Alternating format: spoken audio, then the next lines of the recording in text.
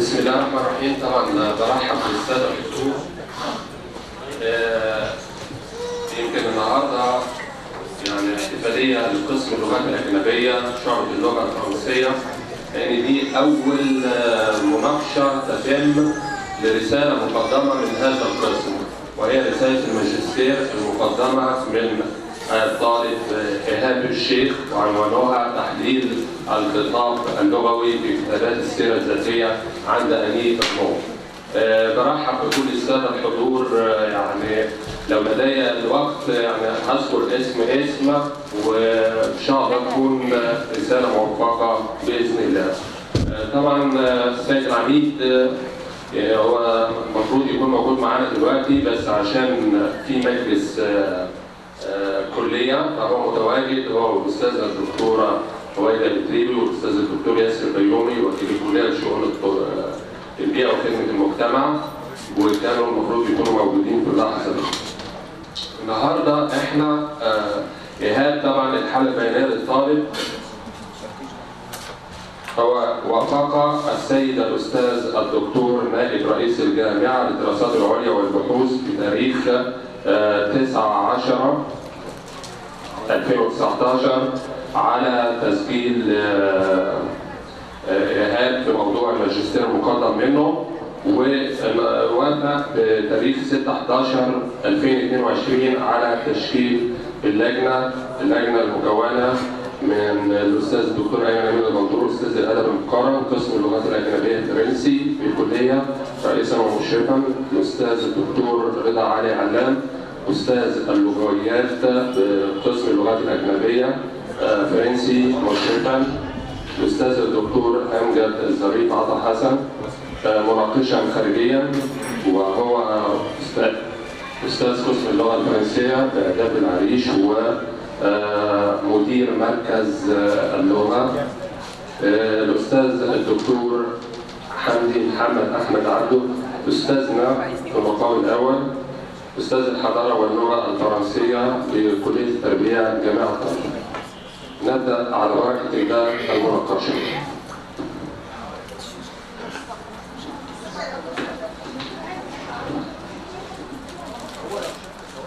Tout d'abord, j'ai lu deux paragraphes, ensuite je présente la traduction. هقول باراجرافين فقط وهذا الترجمة عشان حضراتكم. Malgré cette stagflation accompagnée d'une inflation, il y a quelque chose de joli, quelque chose de beau, comme l'avait dit Jacques Prévert dans son poème pour faire le portrait d'un oiseau. Cependant, cette beauté concerne la recherche scientifique présentée aujourd'hui par M. Hershey. يعني نقول بالرغم من حالة الكساد المتبوعة بغلاء الأسعار ما زال هناك شيئا جميلا كما يقول جاك بريفير في قصيدة كيف ترسم طائرا. هذا الشيء الجميل هو البحث العلمي من خلال رسالة مقدمة من M. Hershey. À ce moment où je suis assis à la tribune, j'ai l'honneur d'exprimer volontairement ma reconnaissance à ma chère professeure Nadia Arif. C'est elle qui m'a aidé à être présent aujourd'hui dans cette place. في هذه اللحظة يعني أحب أن أنا أتوجه في الشكر وأنا جالس على المنصة لأستاذتي الدكتورة نادية عارف، هي اللي ساعدتني أن أنا أتواجد في هذه اللحظة. On commence par le remerciement. Je remercie Monsieur le professeur Hamdi Abdo, professeur de langue et de civilisation française qui a accepté d'être parmi nous, d'être parmi les membres de ce jury, bien qu'il ait mal à ses yeux. الدكتور حمدي حاضر معانا النهارده بالرغم ان هو عمل عمليه ميه بيضاء في عين ولسه في عين ثالثه. Presque il y a 2 mois, il a subi une opération des cataractes.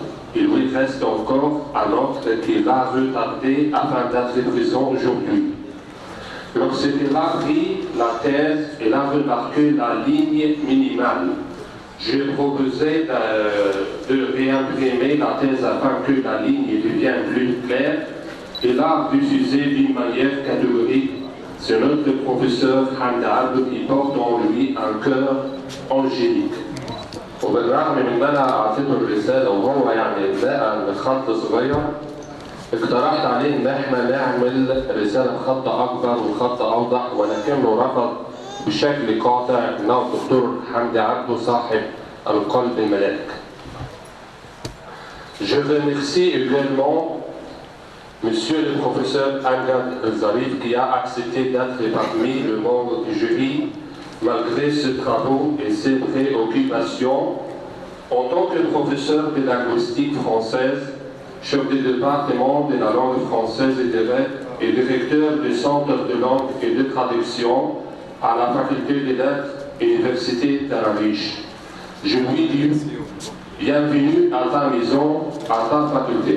بقول للمسيو أنجل أهلا بيك في كليتنا، وهي كليته في المقام الأول لأنه بدأ معانا الكارير من هنا.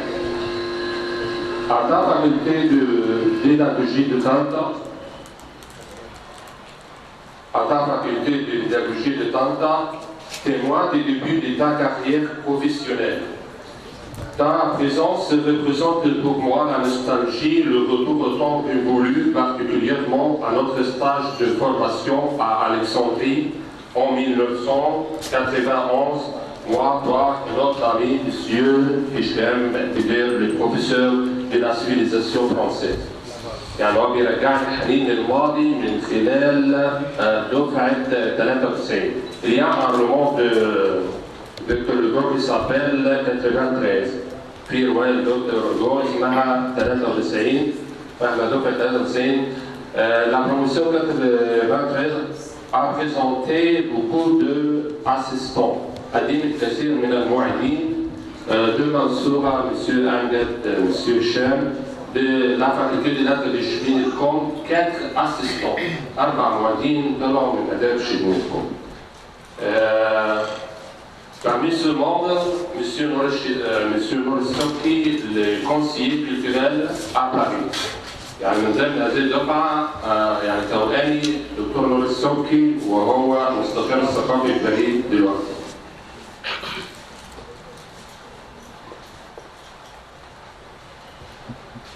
Ça va? Je remercie de même Monsieur le professeur Reda Alam, professeur de linguistique française, et a bien guidé les chercheurs en ce qui concerne les côtés linguistiques, en lui présentant des conseils pertinents. Enfin, je remercie le chercheur et chef qui a parcouru avec insistance la voie de la recherche scientifique. Malgré son travail pénible, il a déployé tous ses efforts pour achever sa thèse. Je lui dis bravo et lui exprime d'avance mes félicitations. En ce qui concerne Ali Ernon, né en 1940, qui est professeur de lettres et écrivain française, كاتبة لها موضوع البحث أني إرنون.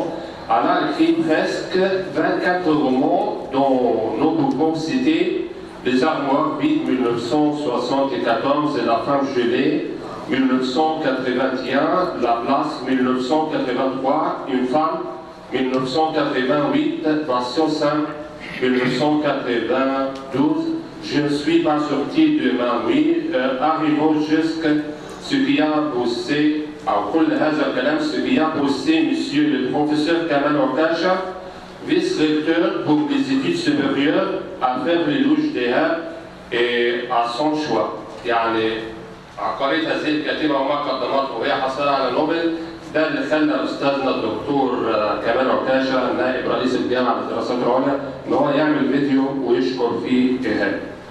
Quant à notre corpus, Les Armoires vides, son premier roman se déroule devant l'attente de l'avortement subi en 1964. Pendant cette période de ruine de roman, se remémore son enfance et son adolescence. La structure des textes suit ce procédé de la mémoire, en se référant du temps en temps à l'événement présent que vit la jeune femme. L'autre roman, c'est La place, qui est un roman autobiographique. autobiographique publié en 1983, récompensé par les prix Renaudot. L'ouvrage retrace la vie de père paysan devenu ensuite ouvrier d'usine pour tenter d'améliorer son sort, puis enfin tenancier d'un café-épicerie. Le récit présente la trahison d'Annie Ernaux vis-à-vis de ses origines quand elle quitte le milieu ouvrier, puis cache ses origines à son nouvel environnement. Avant de terminer, je cite un paragraphe très important, déjà écrit, mais qu'il semble qu'elle a oublié de le citer dans cette version.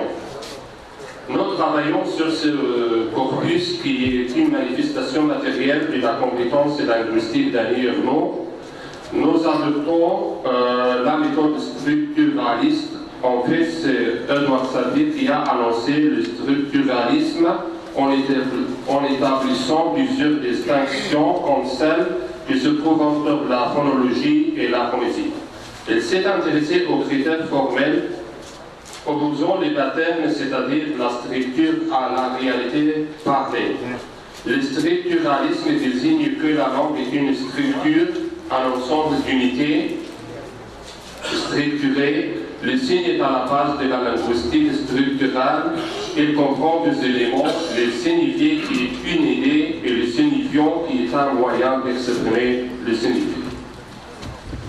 Je vous remercie encore une autre fois et je donne la parole à M. Herr Chef avec toi 15 minutes.